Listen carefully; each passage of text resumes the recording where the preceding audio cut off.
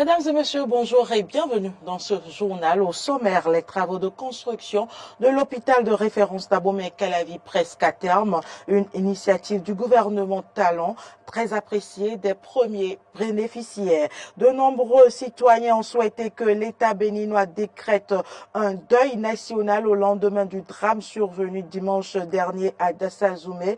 Dans ce journal, nous saurons dans quelles conditions un tel hommage est décrété et rendu. Et puis, hors de nos frontières, une éventuelle troisième candidature en 2024 du président Macky Sall suscite déjà des réactions au Sénégal. Les organisations de la société civile ont lancé hier un appel du 31 janvier.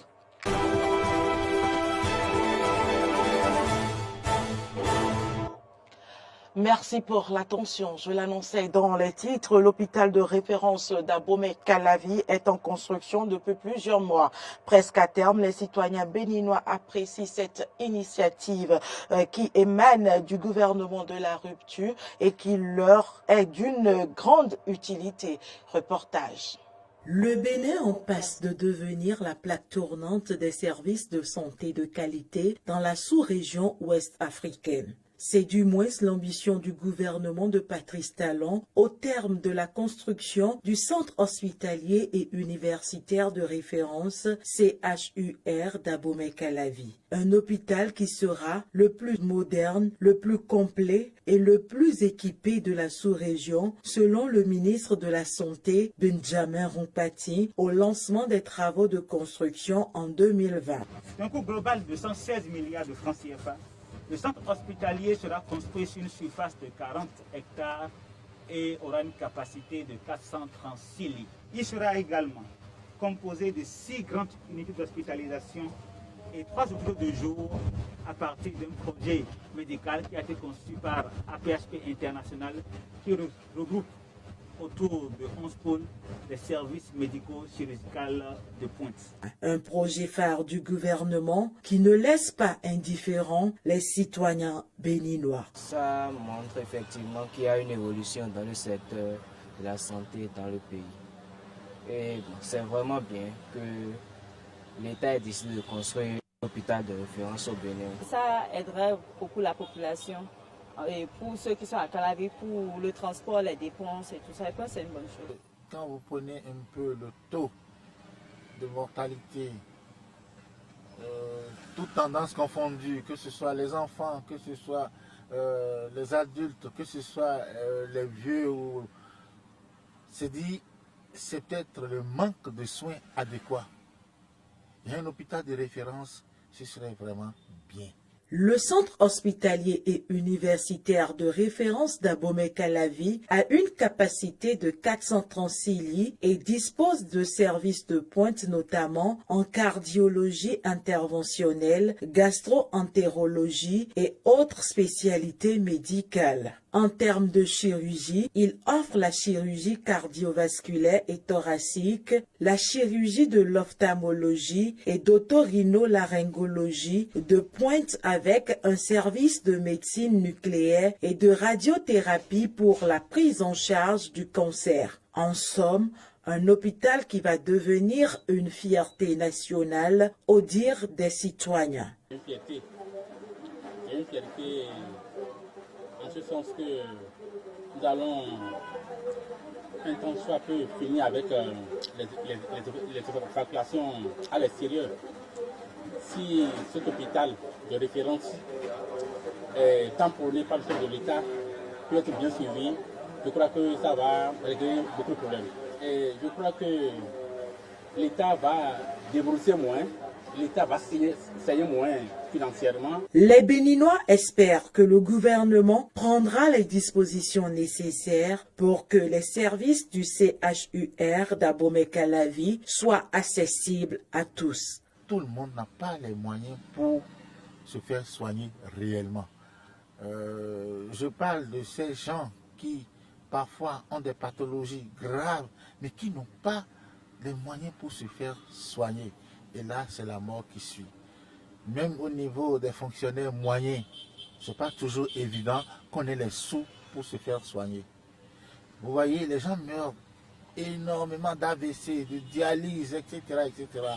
Et parfois on dit, voilà, s'il avait été pris en charge très tôt, il ne serait pas mort. Les travaux de construction de l'hôpital de référence d'Abomey-Calavi sont évalués à 116 milliards de francs CFA et prendront fin en 2023.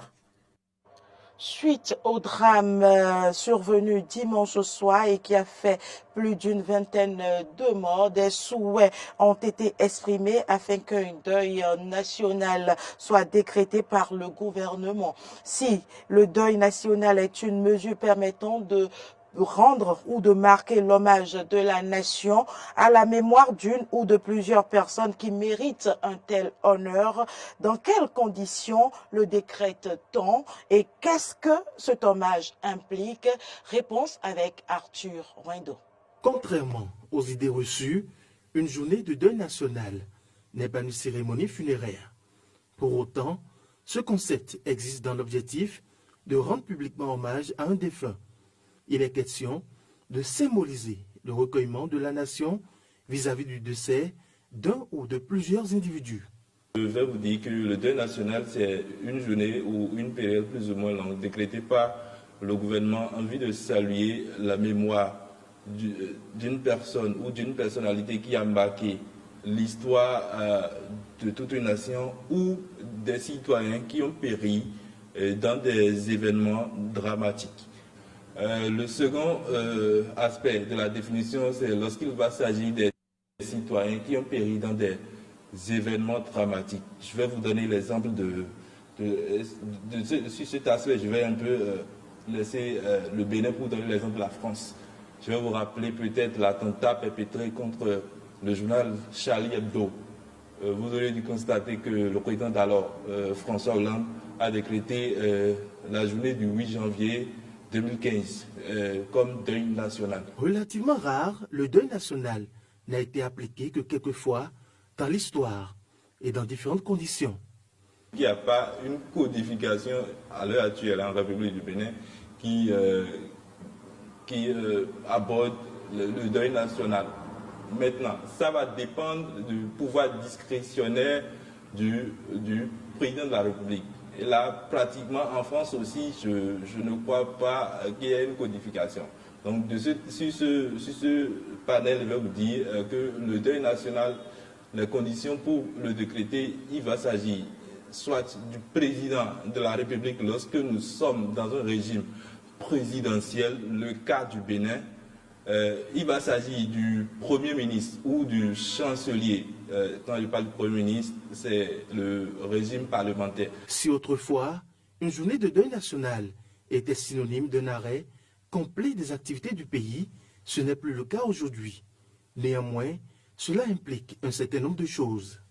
Quand on va décréter un deuil national, par exemple, le drapeau doit être mis en peine. Hormis cela, on peut, le détenteur de ce pouvoir discrétionnaire peut délibérément décider de ce que pendant cette période, certaines institutions ne vont pas fonctionner. Mais c'est rare d'assister à ce cas parce que quoi qu'on dise, je ne veux pas paraître mauvais, mais l'individu est déjà parti. Donc il ne serait pas opportun d'arrêter le fonctionnement d'un État à cause d'un individu. Faut-il le rappeler, le deuil national est déclaré par un décret signé par le président de la République ou le Premier ministre. Il marque l'hommage de la nation aux victimes d'un événement marquant. Il faut également notifier qu'au lendemain de cet accident qui a fait 22 morts, les évêques de l'Église catholique du Bénin se sont engagés dans un communiqué signé du père Anissé Ignanvi, responsable de la cellule de communication de la conférence épiscopale du Bénin, à prier pour le rétablissement des victimes blessées et admises dans les hôpitaux du Bénin. Il demande par ce même communiqué aux différentes paroisses de prendre des dispositions afin que des messes soient célébrées pour la béatitude éternelle des victimes. Changeons de registre à présent pour parler du colloque scientifique international 10 janvier et après, organisé ce samedi par le laboratoire de biologie et de l'intégral développement. Le dit colloque s'inscrit dans la dynamique de repositionner le vaudou au cœur du développement du Bénin et de l'Afrique en général. Le compte rendu est signé Carnot François Roubenet-Rinton. Réfléchir sur l'importance de réinitialisation épistémologique du vaudou dans le nouvel ordre international, c'est l'objectif de la conférence scientifique dénommée 10 janvier et après qui s'est tenue ce samedi 28 janvier à l'université d'Abomey-Calavi. Lors de la cérémonie d'ouverture, Dr Raymond Korbia-Soba du laboratoire de biologie et de l'intégrale du développement est revenu sur la genèse du mot biologie. La biologie, personne ne connaissait ce mot dans le milieu de l'université d'Abomey-Calavi. Ce mot est apparu par le biais des recherches du professeur Akpobokossi Jean-Marie, qui fut un sociologue, anthropologue, philosophe de son état, et qui a expérimenté le potentiel de la cure par le beau. Et dans ses résultats de recherche, il a fait une thèse d'état sur l'anthropologie du beau, théorie et pratique. Et les résultats l'ont convaincu que le Béninois ne fait rien sans amant. Si vous voulez, les vertus de la feuille. Et à partir de ce moment, il a découvert le royaume de Fa Vodou et Bo. Il a découvert les variables scientifiques du Bo et il a pensé qu'il faut instaurer une science. Il a pris le mot adjafon Bo qui veut dire savoir et il en a fait une science à partir du logos, discours sur les variables scientifiques de Fa Vodou et Bo, ce qui a donné la biologie. L'un des plus grands défis de ces exercices réside dans la définition, dans l'encadrement et dans l'exploitation des statuts épistémologiques des savoirs de la pensée du vaudou. D'où l'importance de maîtriser les concepts Fa Vodou et Bo. Fa Vodou et Bo sont des concepts que nos ancêtres ont utilisés pour construire le Damen, pour construire Adja, pour construire Karo, Dasazume, et Tchabe et Batonou. C'est avec le Fa que nos ancêtres ont construit la vie ici, avant que la colonisation ne vienne détruire ces villes. Et donc ça veut dire qu'il nous revient donc de reprendre les richesses gnoséologiques de Fa Vodou et Bo pour en fait retrouver, reconstruire le Fa développement. C'est ce que nous sommes en train de mettre en pole position. C'est aussi une aubaine pour les initiateurs de remercier le public du campus de biologie, cadre de regroupement et de rencontre des universitaires et des vaudounons. Pour rappel, la conférence 10 janvier et après a été mise en place en 2019 et en est à sa 4e édition. Actualité en dehors du Bénin, le président Macky Sall maintient le flou sur une éventuelle troisième candidature en 2024, mais des responsables de la majorité multiplient les déclarations en ce sens, une ligne rouge pour plusieurs organisations de la société civile. Après la mise en place d'une plateforme, en octobre dernier, les organisations de la société civile ont lancé hier un appel du 31 janvier et demandent au président Macky Sall de trancher clairement et rapidement le débat que suscite son éventuelle troisième candidature en 2024. Pour Mamadou Mbodj, qui avait participé au rassemblement de protestation contre un troisième mandat du président Abdoulaye Wade, aujourd'hui coordonnateur de la plateforme La paix vaut mieux qu'un troisième mandat, l'histoire ne doit plus se répéter. Le collectif met en garde contre un risque de chaos dans le pays et la fin de l'exception sénégalaise dans la région. Mais plusieurs voix accusent la société civile d'en faire trop, d'exagérer les tensions. La plateforme envisage déjà de nombreuses actions telles que les pétitions, les rencontres avec les partis politiques et les autorités religieuses pour prévenir le pire. Par ailleurs, le président Macky Sall a été reçu mardi par son homologue français Emmanuel Macron à Paris. Selon la présidence à Dakar, les deux chefs d'État ont passé en revue l'agenda bilatéral dans le cadre du renforcement des liens d'amitié et de coopération entre le Sénégal et la France. Ils ont également évoqué le soutien réaffirmé de Paris à la candidature africaine pour un siège de membre permanent au G20. Accueilli avec ferveur, le pape François est depuis hier en République démocratique du Congo, pays en proie à des violences endémiques. Il a dénoncé ce qu'il a appelé un colonialisme économique et la prédation des ressources. Le pape François, arrivé en République démocratique du Congo hier mardi, a eu des mots très forts pour dénoncer ce qu'il a appelé un colonialisme économique et a fustigé la prédation des ressources alors que les populations souffrent. Et ce mercredi matin, il célèbre une grande messe à l'aéroport Ndolo, un moment très attendu des fidèles congolais. L'ambiance est bien installée ce matin. Une chorale composée de 700 choristes était à l'animation avec des chants religieux et de la rumba congolaise. L'aéroport de Ndolo a été aménagé en une immense cathédrale à ciel ouvert où 1 million de personnes prennent part à cette célébration. Une veillée s'est déroulée en fin de journée hier avec des prières et des chants.